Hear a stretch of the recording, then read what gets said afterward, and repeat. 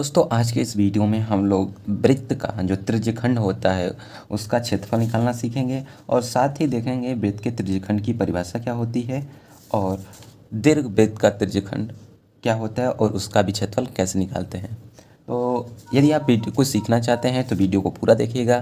तो चलिए वीडियो को शुरू करते हैं। तो सबसे पहले परिभाषा से शुरू करेंगे। तो देखिए परिभाषा क्या होती है। तो दिया है किसी वृत्त के अंदर एक त्रिभुजाकार भाग काटना वृत्त का त्रिज्यखंड कहलाता है। तो मान लीजिए दोस्तों यदि आपका बर्थडे है और आप केक लाते हैं तो उसमें से पहला बाइट जो काटता है मतलब जिसका बर्थडे होता है तो वह एक त्रिभुज के आकार का काटता है तो वह एक त्रिज्यखंड होता है। तो आई होप कि त्रिज्यखंड आपको समझ में आया होगा। और मान लीजिए एक भाग वो काट दिया और शेष जो भाग बचता है जो अपने दोस्तों को खिलाता है वह होता है दीर्घ त्रिज्यखंड। तो परिभाषा आपको समझ में आई होगी। या एक बार और देख लीजिए।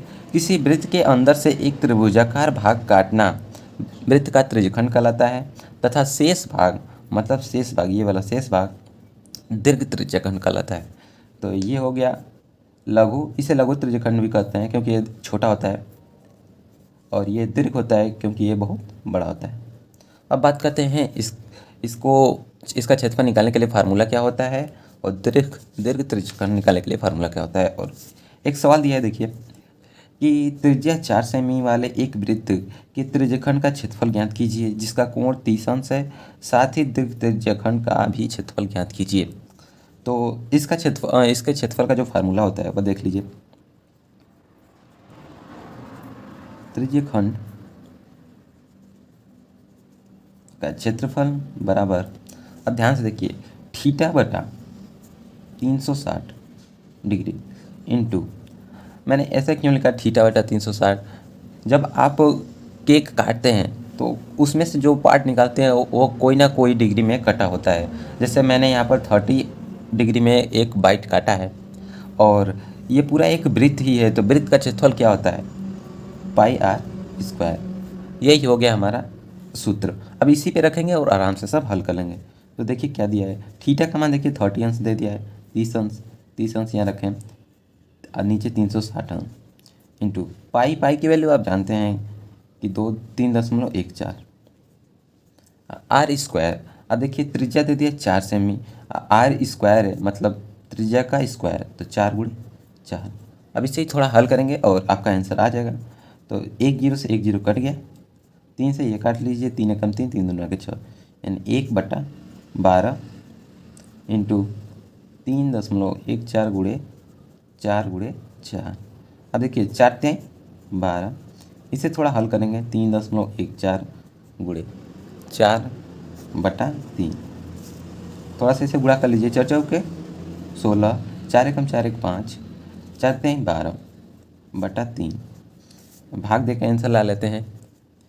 3 चौके 12, दशमलव लगाएंगे, 3 एकम 3, 3/24। अब इतना ही छोड़ दीजिए, ज़्यादा लिखने की ज़रूरत नहीं है। ये हो गया हमारा। अगर ये देखिए दोस्तों ये क्षेत्रफल है तो क्षेत्रफल हमेशा यदि ये सेंटीमीटर में दिया है तो वर्ग सेंटीमीटर मतलब सेंटीमीटर का स्क्वायर लिखेंगे ऐसे। कभी भी दोस्तों आपको क्षेत्रफल पूछे तो उसका जो मात्रक आता है मतलब उसको जो हम मापते हैं वो वर्ग सेंटीमीटर, यदि सेंटीमीटर में दिया है तो, और मीटर में दिया है तो वर्ग मीटर में। तो अब हमने त्रिज्यखंड निकाल लिया है, उसका क्षेत्रफल निकाल लिया है। अब बात करते हैं दीर्घ त्रिज्यखंड का क्षेत्रफल कैसे निकालेंगे। तो ये देखिए यहाँ पर हमने एक त्रिभुज लिया था जिसमें से एक छोटे भाग का क्षेत्रफल निकाल लिया। तो अब शेष यही भाग बचा है, इसी का क्षेत्रफल हमें निकालना है। तो कैसे समझेंगे कि इसका क्षेत्रफल कैसे निकालेंगे। मान लीजिए कि आपके पास 10 रुपये थे, आपने किसी को 2 रुपया दे दिया तो आपके पास कितने बचे, 8। तो आप कैसे निकाले हैं, आप क्या किए हैं, 10 में से 2 घटा दिए तो आंसर आ जाता है। तो ठीक उसी प्रकार क्या करेंगे, बड़े वृत्त का क्षेत्रफल निकालेंगे, इस छोटे क्षेत्रफल को उसमें से घटा देंगे तो आंसर आ जाएगा। तो फार्मूला क्या हो जाएगा, दीर्घ वृत्त का त्रिज्यखंड का क्षेत्रफल बराबर वृत्त के क्षेत्रफल में से वृत्त के का क्षेत्रफल माइनस लघु त्रिज्यखंड का क्षेत्रफल। अब वृत्त का क्षेत्रफल क्या होता है, तो पाई आर स्क्वायर माइनस क्या करेंगे, हमारा आंसर आ गया है लघु, देखिए लघु त्रिज्यखंड का क्षेत्रफल 4.18। अब इसी को हल कर देंगे और हमारा फाइनल आंसर आ जाएगा। तो पाई का मान 3.14 रख देते हैं, आर दिया था देखिए 4 सेंटीमीटर रखेंगे, स्क्वायर है तो स्क्वायर माइनस 4.18।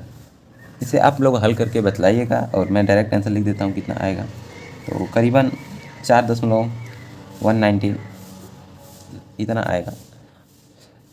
तो आपके लिए एक क्वेश्चन है, आपको एक उसका आंसर देना है।